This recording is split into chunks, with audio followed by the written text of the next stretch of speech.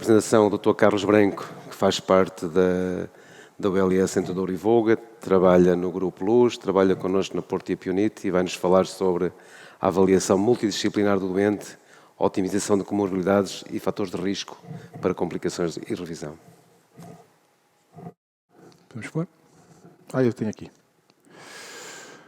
Ok, portanto, todos nós já tivemos cirurgias de revisão que tecnicamente achamos que correram muito bem, a escolha do implante foi ideal, o planeamento foi ótimo e, apesar de tudo, estas revisões falharam.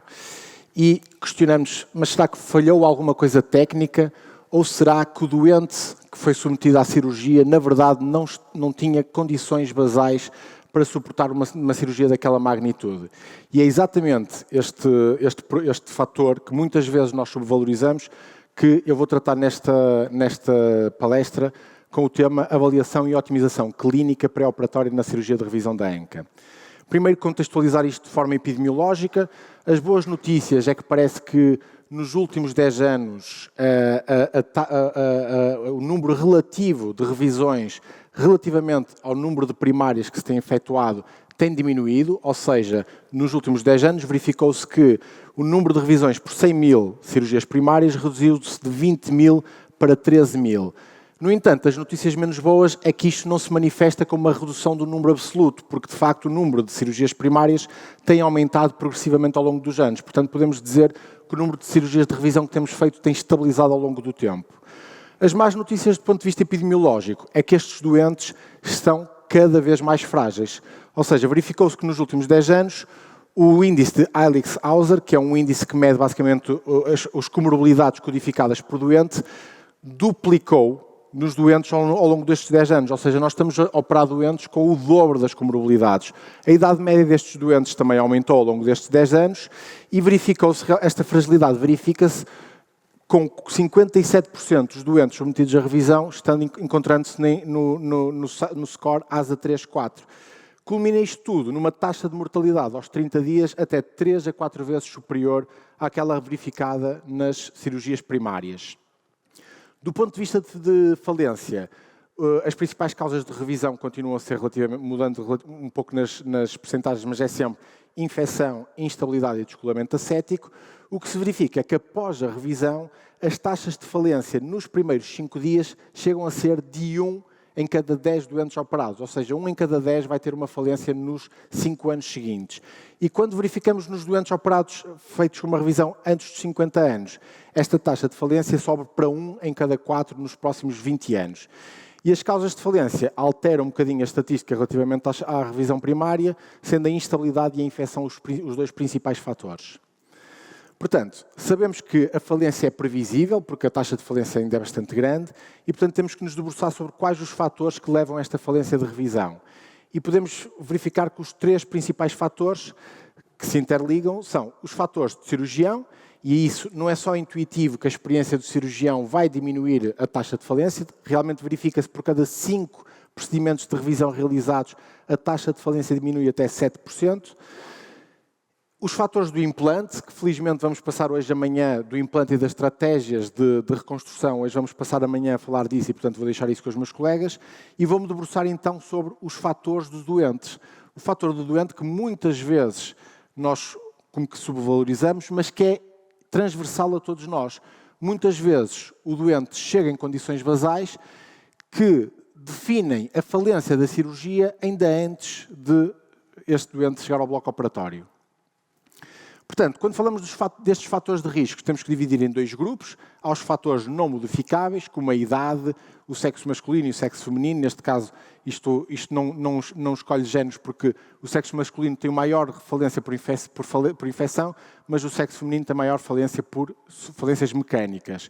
O facto de existirem revisões prévias, que aumenta a taxa de infecção até 6 vezes, e condições basais do doente que não é possível modificar, como a cirrose hepática, que condiciona até 5 vezes mais risco de infecção. Mas depois temos fatores que, sim, conseguimos de forma ativa modificá-los e melhorar o condicionamento da nossa cirurgia.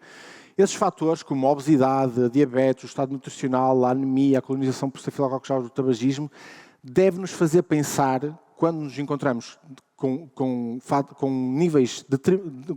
determinados níveis superiores àqueles desejados, devemos parar para pensar, esta cirurgia pode esperar para nós conseguirmos otimizar estes fatores ou não? Claro que há cirurgias com um nível de urgência e um nível de necessidade de atuação rápido e que não podemos realizar esta melhoria, mas há outros que podem esperar e devem esperar para otimizar.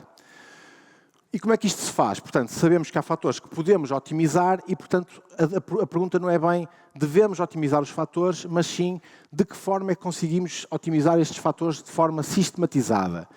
E para isso precisamos de uma gestão ativa, multidisciplinar, coordenada pelo cirurgião ortopédico. O ortopedista é quem define os critérios que têm que ser otimizados, é que define quais são os hard stops, ou seja, que critérios é que não estão assentes de forma a eu prosseguir com esta cirurgia e eu tenho que os otimizar, e é que integra as decisões. Claro que isto não pode, toda esta otimização não pode ficar a cargo do ortopedista, porque isto é impossível no nosso dia-a-dia. Mas por isso devemos ter uma equipa multidisciplinar com quem consigamos contar e consigamos integrar um sistema de forma a enviar o doente para a otimização.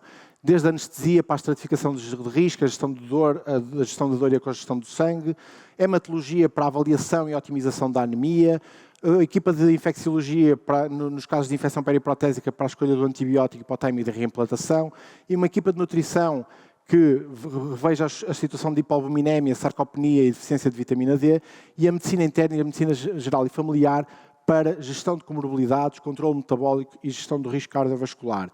E no centro disto tudo temos o doente que neste tipo de otimização deixa de ter um papel passivo e passa a ter um papel ativo. Ou seja, ele participa ativamente na sua otimização com alterações do estilo de vida, melhoria da sua saúde metabólica e melhoria do seu estado nutricional, e todos estes fatores e toda esta equipa é o que vai melhorar os resultados da nossa cirurgia de revisão.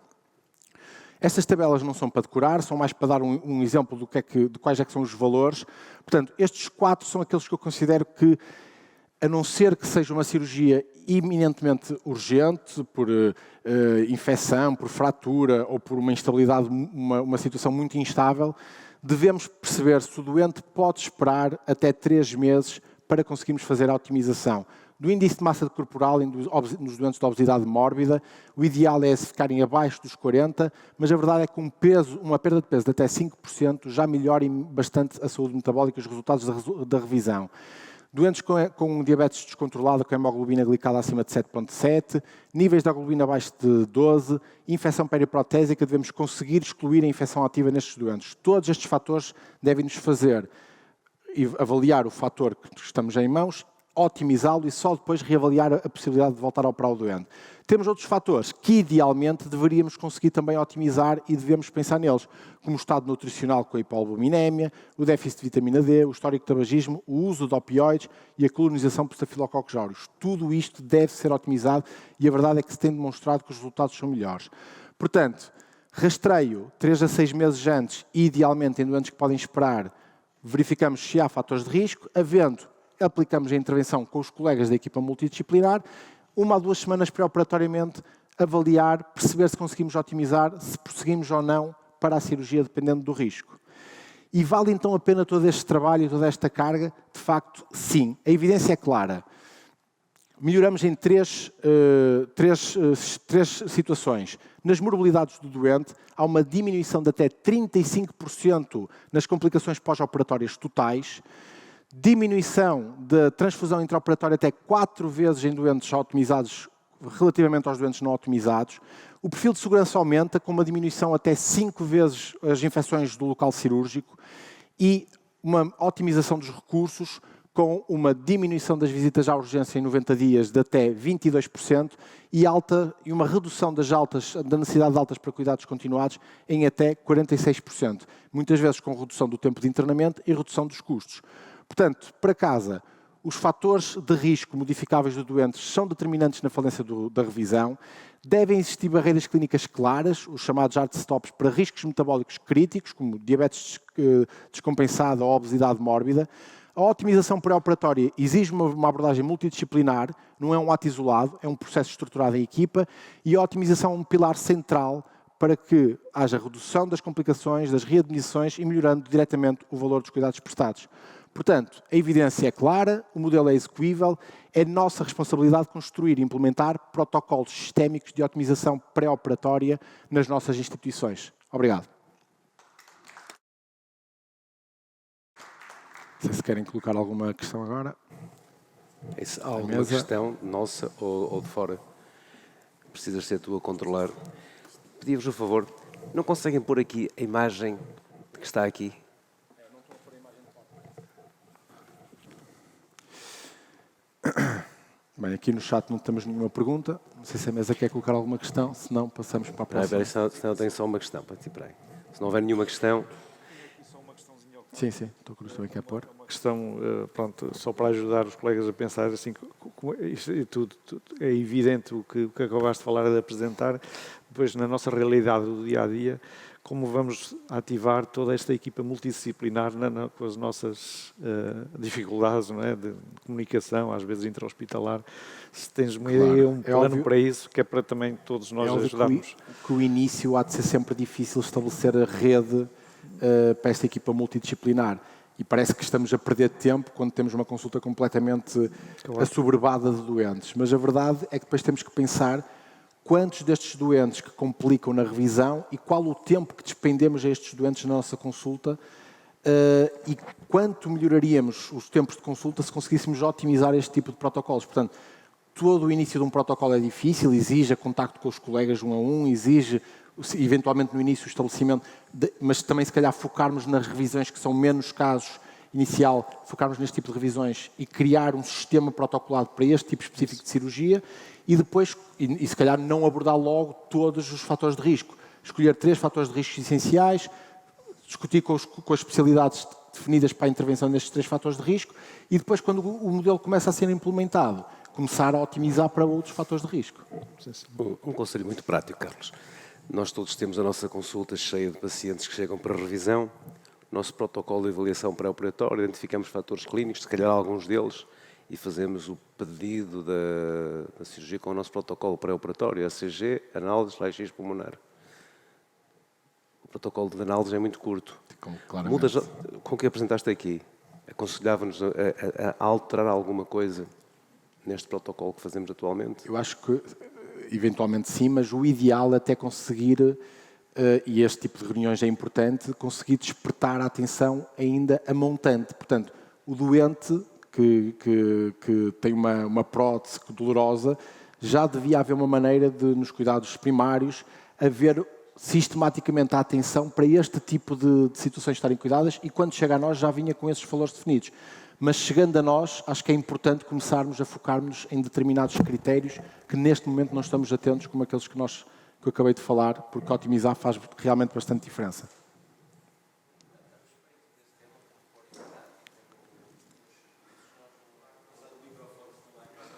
Vão ouvir?